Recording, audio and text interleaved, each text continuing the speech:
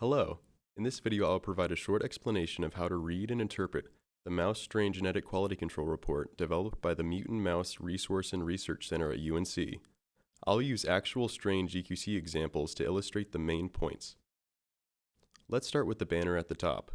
It provides the name of the strain and its unique identifier known as the RRID. In this case, MMRRC 067067 UNC. In the top right side, the banner lists the number, ID, and chromosomal sex of the samples genotyped, 2 male samples in this case, and the date of genotyping with the Mini-Muga array. It is important to note that although this report is partially based upon the Mini-Muga platform, it is different and superior in at least 4 key aspects. First, this GQC aggregates genetic information from multiple samples. Second, it integrates data from external sources. Third, it estimates the genetic replicability at the variant level.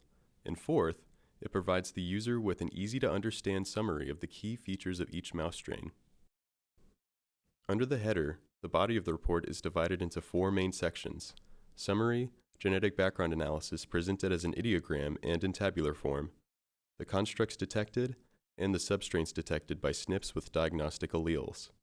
Note that the genetic background analysis is not shown for crosses and stocks, as they don't reach our minimum threshold of genome replicability.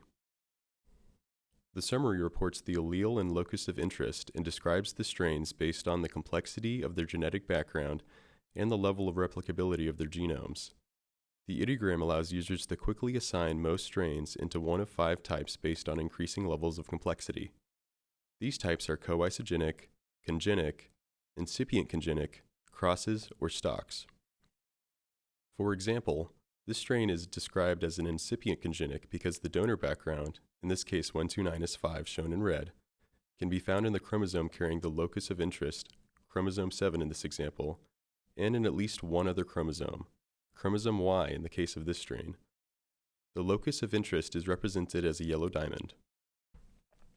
Genome replicability is a critical piece of information that should be carefully considered in the experimental design and interpretation of results.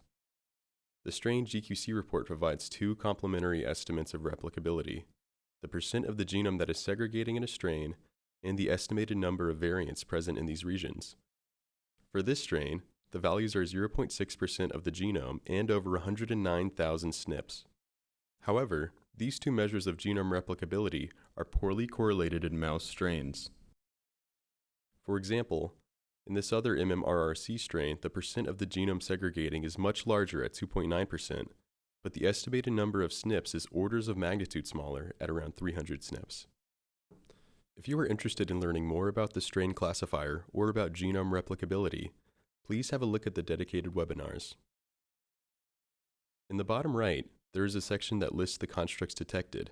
Users should pay special attention to whether constructs that may affect experimental design or the interpretation of results, such as Cre recombinase, flipase, luciferase, and green and red fluorescent proteins are detected as expected.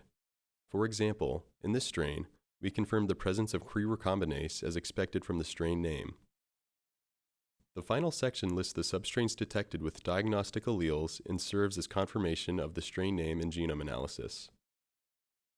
A strain GQC report is published on the MMRRC website when curation is complete. The corresponding strain detail sheet will include a report icon when GQC becomes available. Clicking this icon will display the report file for download or print. More details can be found in the following publications. Additional webinars will be created and posted on the MMRRC website. We would like to thank our funding sources and everyone involved in the MMRRC Strain GQC project.